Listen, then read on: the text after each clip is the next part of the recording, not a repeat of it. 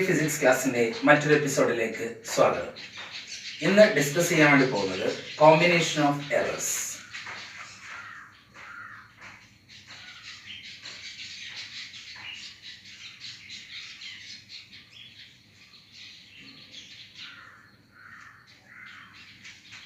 Errors എന്ന ഭാഗം last ക്ലാസ്സിൽ ഡിസ്കസ് ചെയ്തിട്ടുണ്ട്.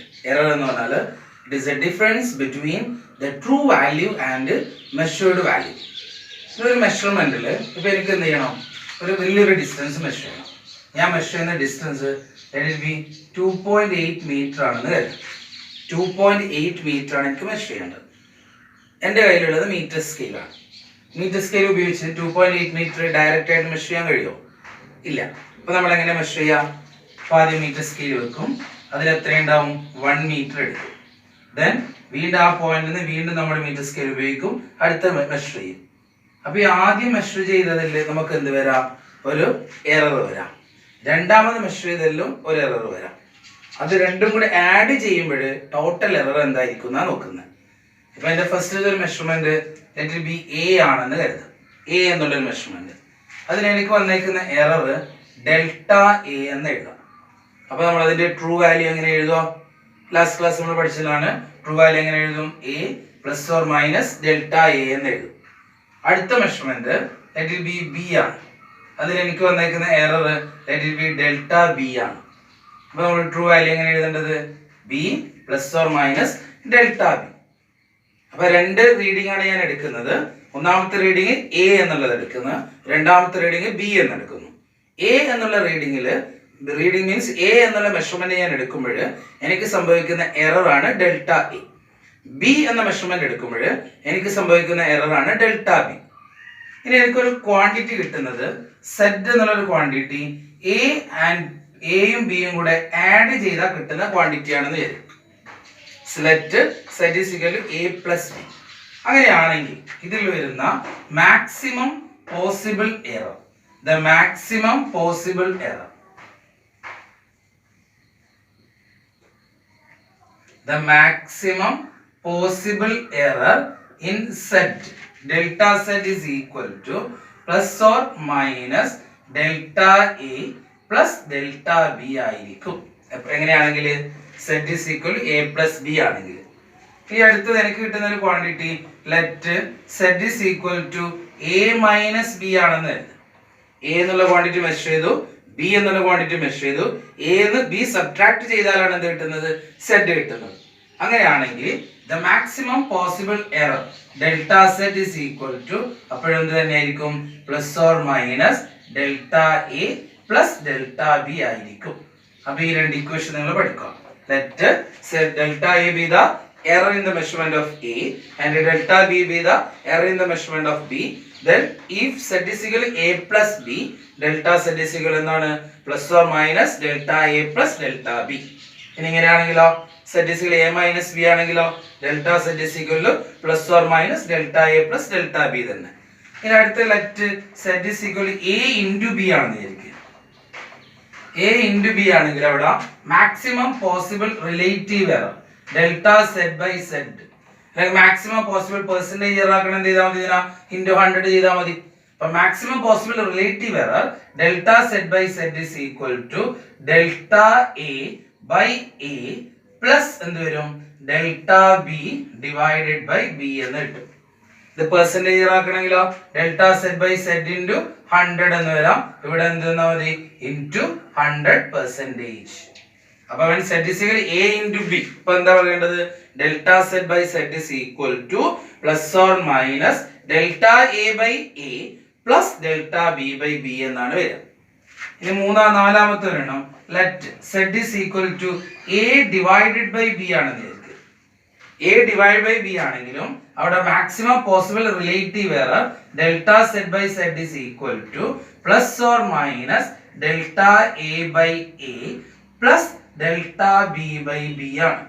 Delta A by A plus delta B by B.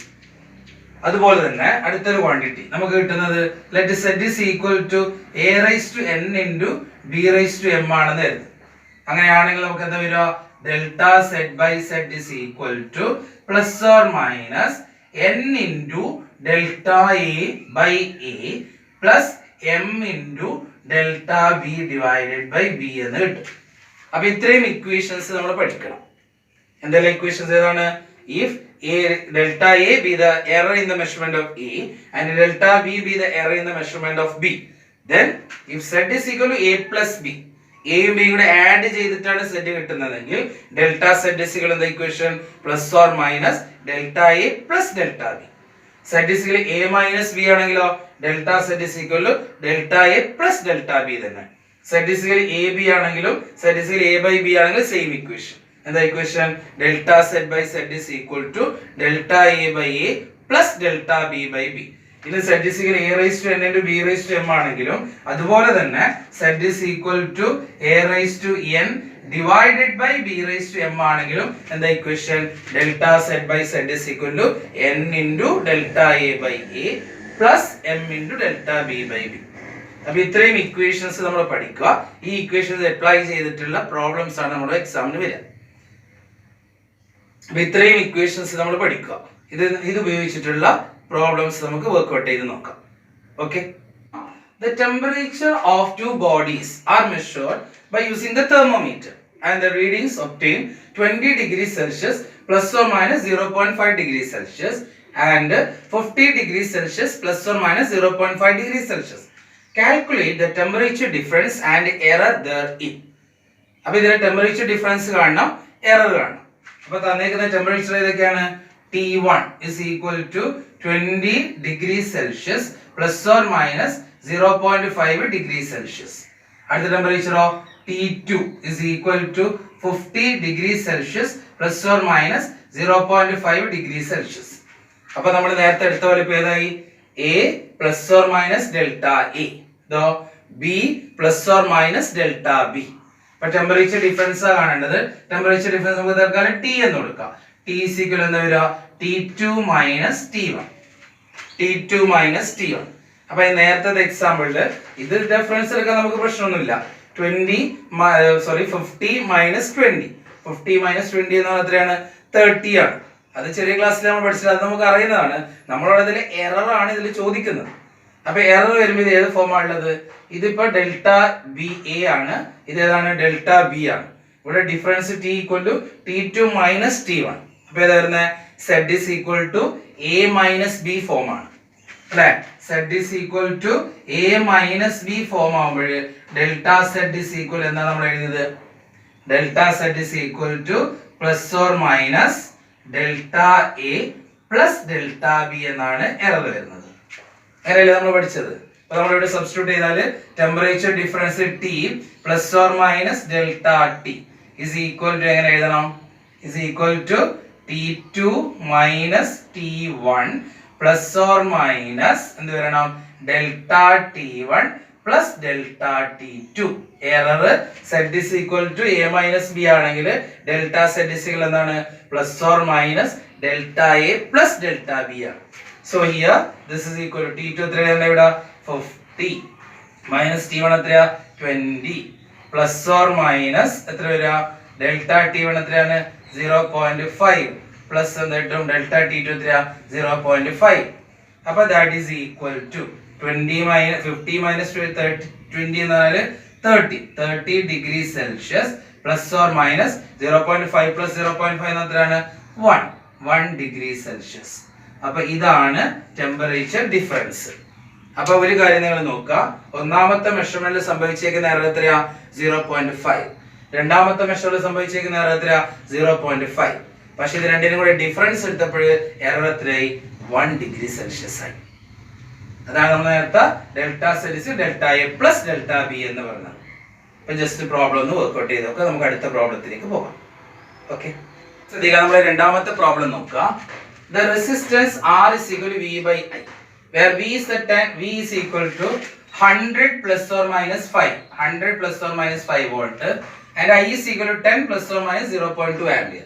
Find the percentage error in R. But on the values, given values, V is equal to 100 plus or minus 5. Then I is equal to 10 plus or minus 0.2. 100 plus or minus 5 volt, 10 plus or minus 0.2 ampere. എന്താ കാണേണ്ടത്? Find the percentage error in R. Delta R divided by R into 100%. ഇതാണ് നമുക്ക് കണ്ടുപിടിക്കേണ്ടത്. പിന്നെ എന്ത് തന്നിട്ടുണ്ട് ക്വസ്റ്റ്യനില്? R is equal to V by I ആണെന്ന് തന്നിട്ടുണ്ട്. R is equal to V by ഏതാ form? Z is equal to A divided by B. Z is equal to A by B ആണെങ്കിൽ നമ്മൾ എന്താ പഠിച്ചത്? Delta Z by Z is equal to, ഇപ്പൊ കുറച്ച് മുന്നേ നമ്മൾ പഠിച്ചില്ലേ? പറഞ്ഞോ, delta Z by Z is equal to എന്താ ഇക്വേഷൻ പഠിച്ചേ? Delta Z by Z is equal to delta A by A plus delta B divided by B. Maximum possible relative error എന്ന് പറഞ്ഞാൽ ഇങ്ങനെയാണ്. ഇതിനെ പെർസെന്റേജ് ആക്കുമ്പോൾ എന്ത് ചെയ്യുക? Percentage of relative error is the percentage percentage error. അപ്പൊ into 100 കൊണ്ട് multiply ചെയ്താൽ മതി. അപ്പൊ നിങ്ങൾ പറഞ്ഞ ഇവിടെ എയുടെ സ്ഥാനത്ത് V ആണുള്ളത്, ബിയുടെ സ്ഥാനത്ത് I ആണുള്ളത്. അപ്പൊ എന്താ വരിക?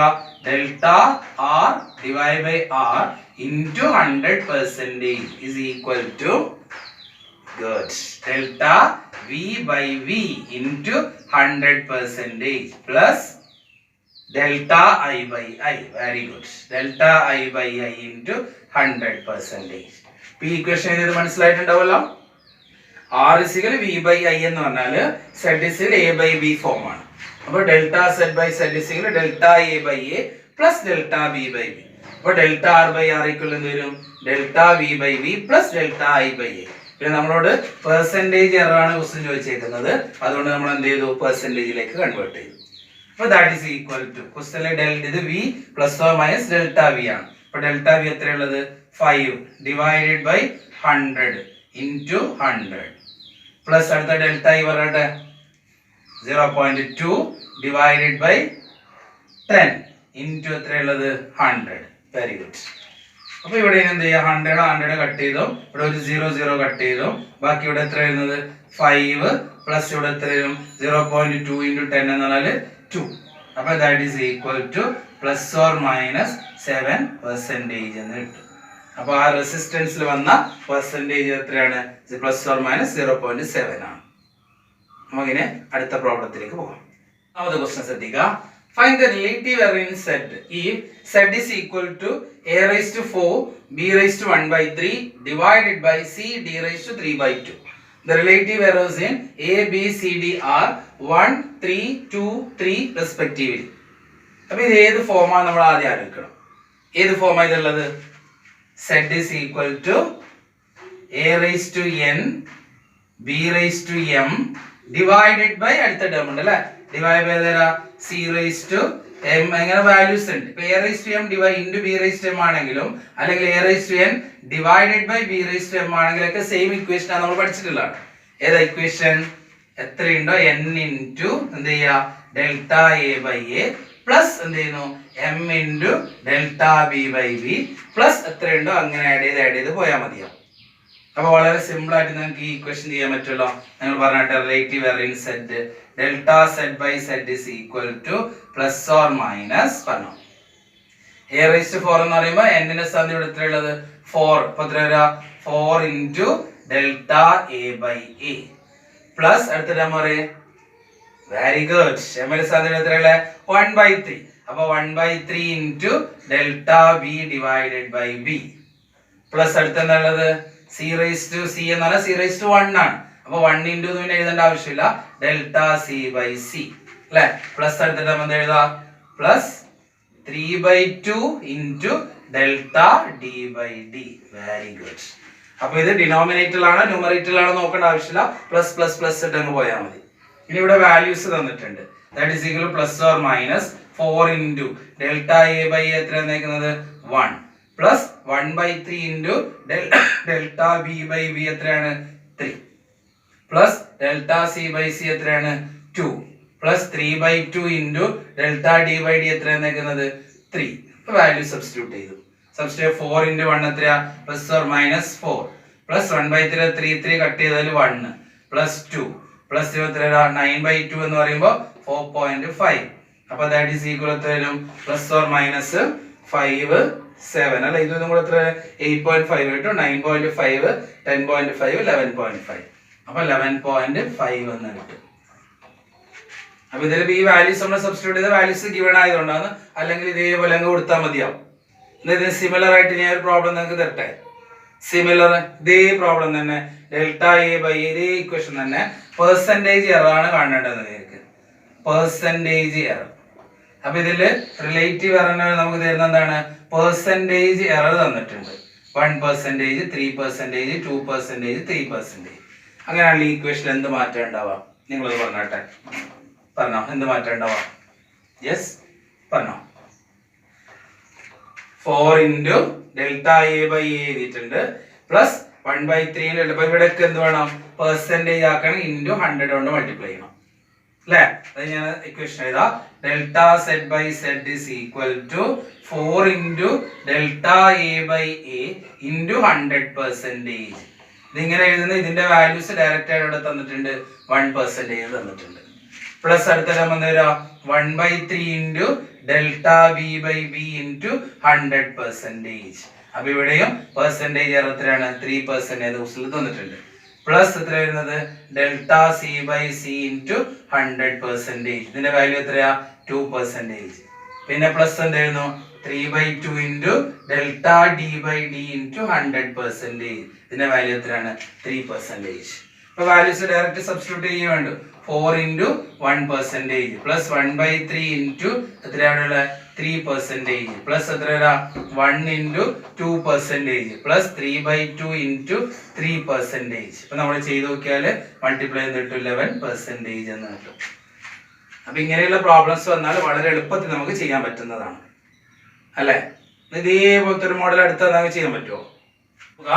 Z is equal to a raised to 5 b raised to 7 divided by c raised to 1/3 d raised to 4. Relative error. Find the relative error. Equation മാത്രമേ എഴുതിയാൽ മതി. Find the relative error. അതിലെന്തില്ല? വാല്യൂസ് ഇല്ല. അങ്ങനെയാണ് എങ്ങനെ കാണാൻ നിങ്ങൾ പറയണ്ടേ?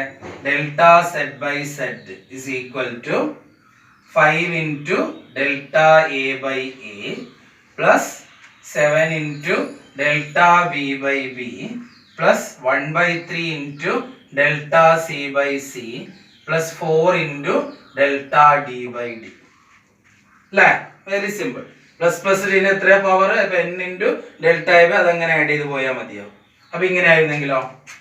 a root b c raised to 1/3 divided by d raised to 5/2. z is equal ഇതാണെങ്കിൽ ഡെൽറ്റ z by z എന്താ വരിക? Yes, delta z by z is equal to a raised to 1 ആണ്. അപ്പൊ എങ്ങനെ എഴുതേണ്ടത്? ഡെൽറ്റ a by a എന്ന് എഴുതണം. Plus root B എന്ന് പറഞ്ഞാൽ എന്താ? റൂട്ട് എക്സ് എന്ന് പറഞ്ഞാൽ എന്താണ്? എക്സ് റേസ് ടു 1/2 ആണ്. അപ്പൊ റൂട്ട് ബി എന്ന് പറഞ്ഞാൽ എന്തായിരിക്കും? B raise to 1/2. അപ്പൊ ഇതിനെങ്ങനെ മാറ്റിയതാ? 1/2 delta B by B plus അടുത്തിടാമോ? Very good. 1/3 delta C by C plus 5/2 delta D by D. Very good. അങ്ങനെയാണെങ്കിൽ നിങ്ങൾക്ക് വർക്ക്ഔട്ട് ചെയ്ത് നോക്കാൻ വേണ്ടി ഒരു പ്രോബ്ലം തരട്ടെ. ഓക്കെ,